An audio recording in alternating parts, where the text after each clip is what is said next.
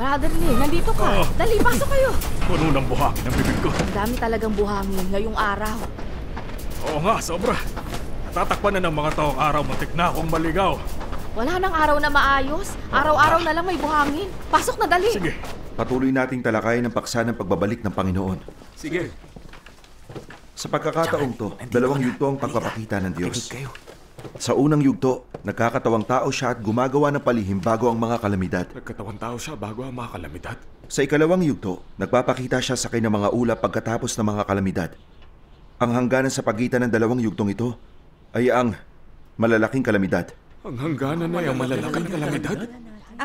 May kabuluhan ba sa lihim na pagparito at paggawa ng Diyos sa katawang tao bago ang mga kalamidad? Meron ba? May connection ba ang pagiging tao ng Diyos at ang mga kalamidad? Oo nga. Oo nga, anong koneksyon? Marami na tayo nakitang mga kalamidad. Tulad ng mga tagtuyot at sandstorm sa buong taon dito. Karaniwang pangyayari na to. Di nito naaapektuhan ng pananalig natin. Maapektuhan ba ng mga kalamidad ang gawain ng Diyos? Takot ba siya sa epekto ng mga kalamidad? Hindi ba't galing sa Diyos ang mga kalamidad? Oo, totoo yan. Dahil nagtatanong ang lahat tungkol sa mga kalamidad, talakayin natin kung ano ang mga to para maunawaan ninyo. Kailangan pa ba talagang talakayin yan? Alam na namin kung ano ang kalamidad. Kahit ang mga bata. Oo nga. Gaya ng mga lindol, pagbaha at pagputok ng bulkan. Mga salot, Mga tagutom. digmaan, hindi ba't Mas kalamidad madalas to? na nangyayari ang mga kalamidad na to ngayon. Sabi mo nagbalik ng Panginoon, pero wala nakakita. Ang mga kalamidad ba na sinasabi mo ay naiiba sa mga ito? Meron bang mga naiiba na mas malalaking kalamidad, ha? Naiiba ba sa amin ang interpretasyon mo sa mga kalamidad? Tama ka. Talagang naiiba ito. Paano naiiba? Pare-pareho lang naman ang mga kalamidad, Ang mga kalamidad na sinasabi nyo ay pawang mga likas na sakuna. Sakuna? Ang mga likas na sakunang ito ay iba sa mga kalamidad na binanggit sa pagparito ng Diyos sa katawang tao bago ang mga kalamidad. Ano nga ang kaibahan? Liwanag mo sa amin. Ang mga lindol, baha, tagtuyot, tagutom, digmaan at maging ang mga salot ay pawang mga likas na sakuna mula na magsimula ang sangkatauhan. Ang mga kalamidad na binabanggit ng Diyos ay ang malaking kapigatian sa Mateo 24:21.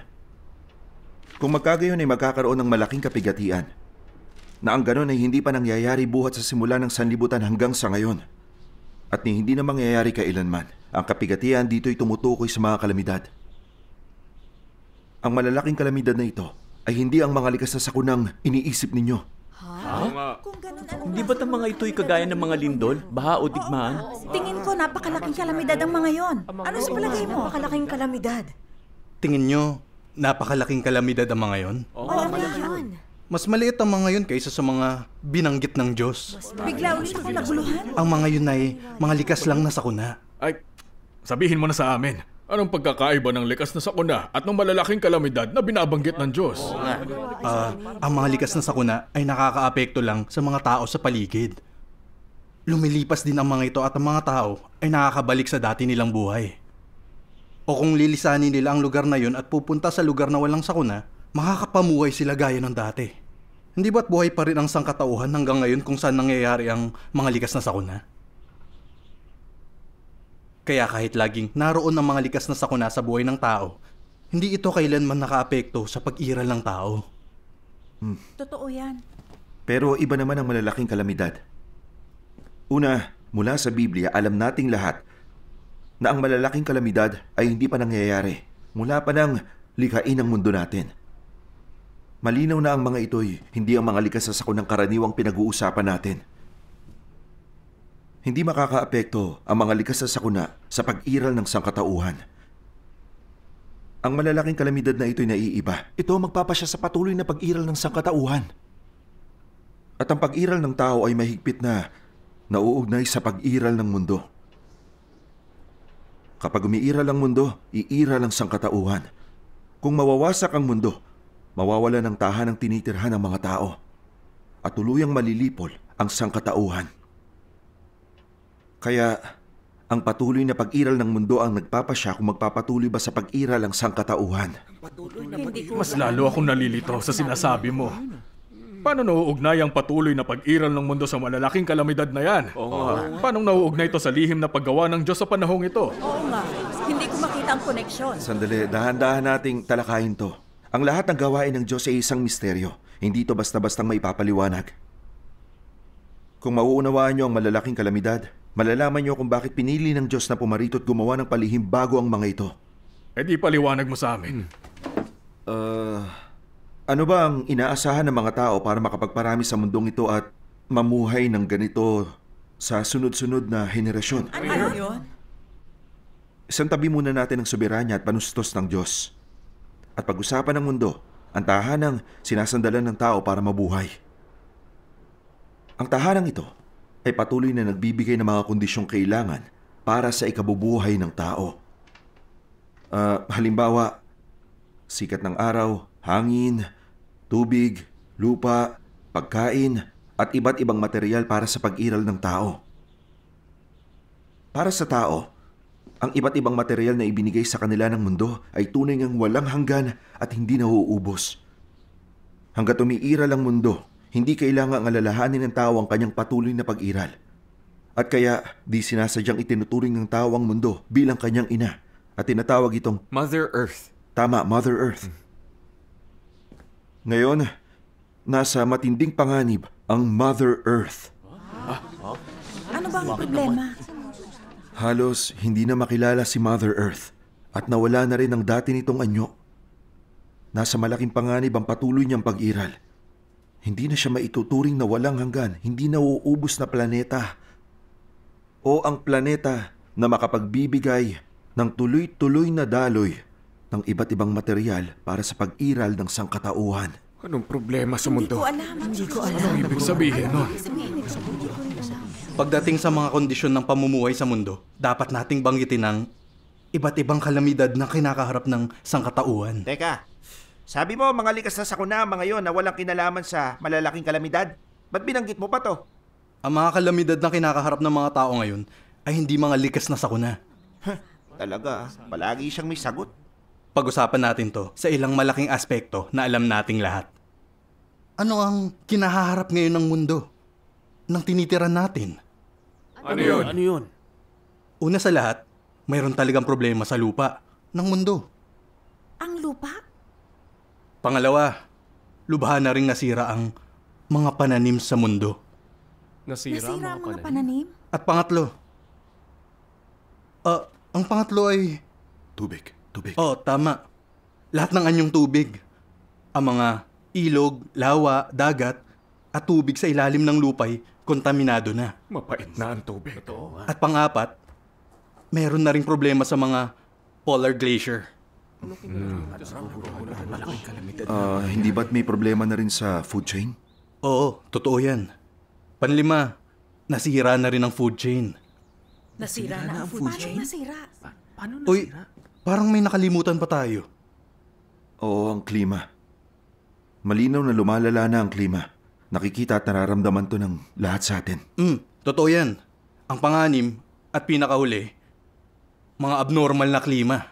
Malaking kalamidad ba ang mga Madalas abnormal na una sa klima? mga balita. Bakit nila binabanggit to habang nangangaral? Hindi ba't lumilihis sila sa Teka, hindi ba't natural lang ang lahat ng mga nangyayaring ito? Paano naiiba to sa mga likas na sakuna? Tama. Ang mga ito ba ang malalaking kalamidad? Mga kapatid, seryosong katanungan ito. Patahimikin natin ang ating puso. Lubos na nauugnay ang mga paksang to sa malalaking kalamidad na pinagbabahagi na natin ngayon. Dali, Sabihin mo na. Simulan natin sa unang problema na kinakaharap ng mundo. Ang problema sa lupa. Ano ang problema sa lupa? Ganito, kapag may mali sa lupa, malaking problema to. Alam ba ng lahat kung ano ang ibig sabihin sa atin ng lupa? Ano yun? Siyempre, alam ng lahat. May kinalaman to sa pananim at pagkain. Oo, tama. Nauugnay ito sa pagkain. Kaya nauugnay ito sa pag-iral. Tingnan ninyong lahat.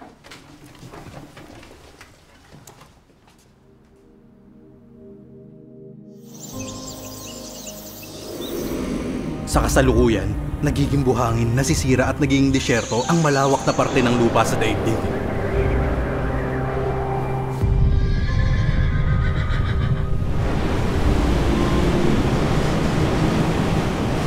Parami ng parami ang lupang nasisira at lumalala at hindi na mapagtataniman o mapag-aalagaan ng mga hayop.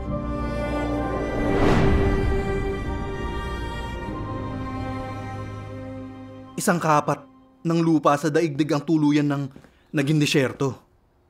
Katumbas yun ng kabuuang lawak ng Russia, Canada at China.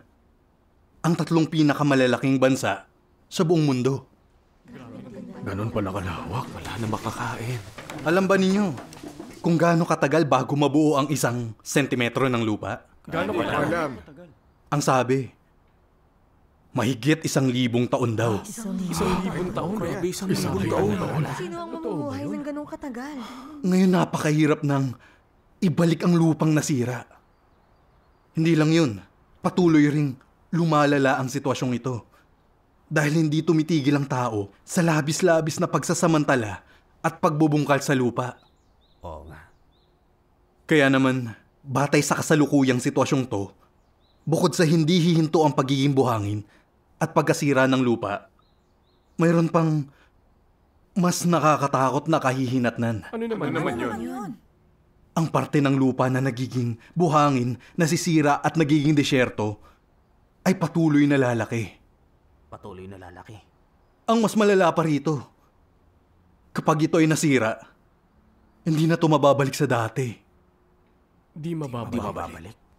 Anong ibig sabihin ng di mababalik? Na hindi na ito kayang ayusin pa o maibalik sa dati. Kung ganun, wala nang pag-asa.